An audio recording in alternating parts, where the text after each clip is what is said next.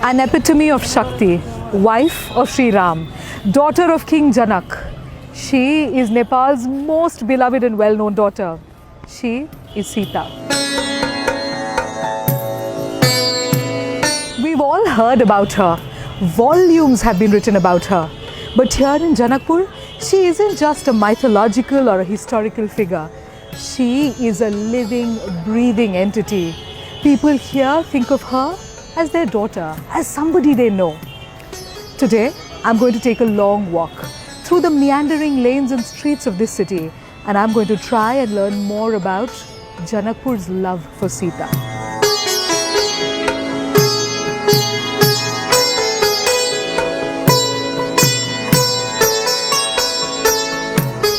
My first spot is Janak Temple. Sirdhwaj Janak was the king of Mithila in the Treta Yuga.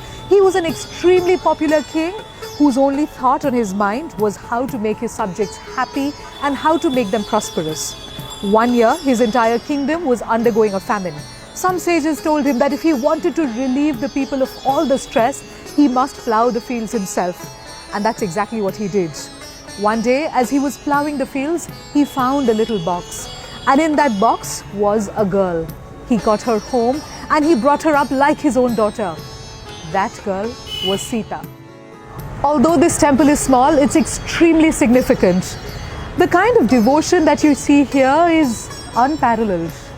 This temple sits right in the middle of a bustling street with horns all around and people going about their daily lives. Yet, this place feels like a little oasis of serenity. This is Ratnasagar. Raja Janak was an extremely prosperous king. It is believed that he kept all his jewels here. Think of it like this. This place was like the reserve bank of his kingdom. In fact, it is believed that when you asked the water of the lake for something, no matter what it was, it would grant that wish to you. My next stop is Janaki Temple. This iconic structure stands right in the middle of the city, just a quick short walk away from Janak Temple. This is perhaps the most well-known structures of all of Janakpur. It's beautiful and it's huge. This is believed to have been the court of King Janak, and this is where Sita, his daughter, was brought up with a lot of love and care. Even all those centuries ago, King Janak understood the importance of making his daughter capable in every respect. Not only was Sita very well versed in the arts, she also knew about the art of warfare. There's a very interesting incident which says that at the age of 5, she managed to single-handedly, with her left hand, lift up a heavy bow that was generally moved by 10 elephants together. It was on that day that King Janak decided that she would only be married off to the person who not only lifted the bow and used it, but also broke it. And that man was Ram.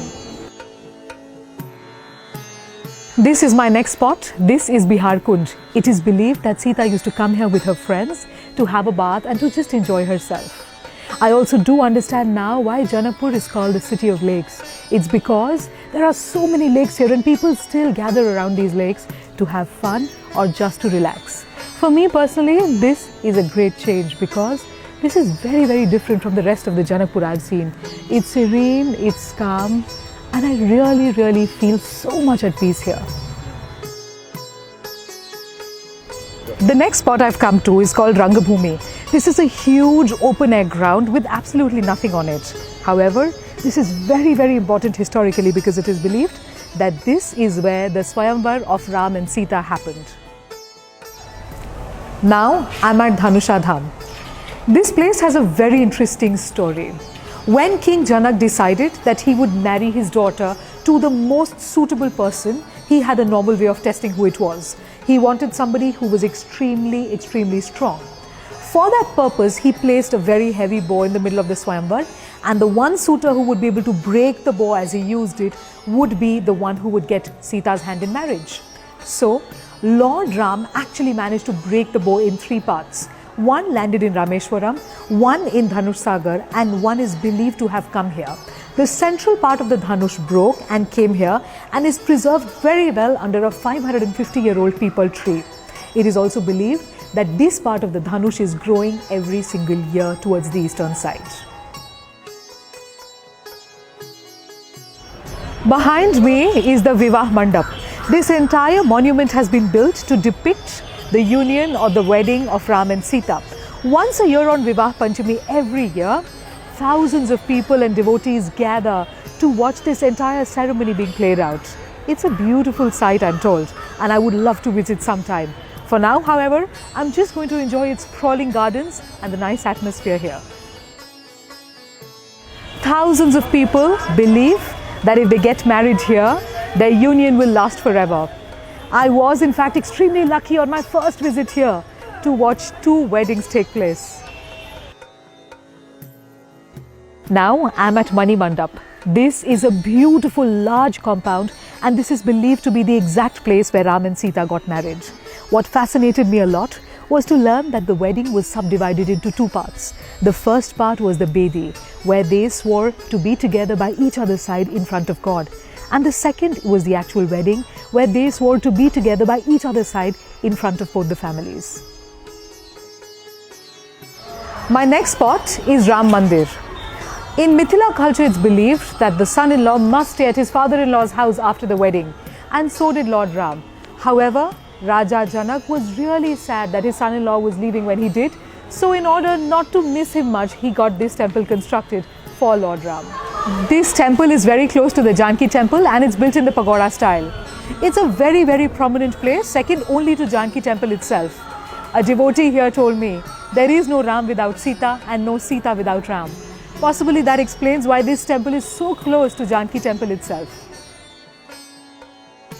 Today, I felt like Janakpur really opened up her heart to me, for I realized that it's impossible to understand the story of Janakpur without understanding the story of their beloved daughter.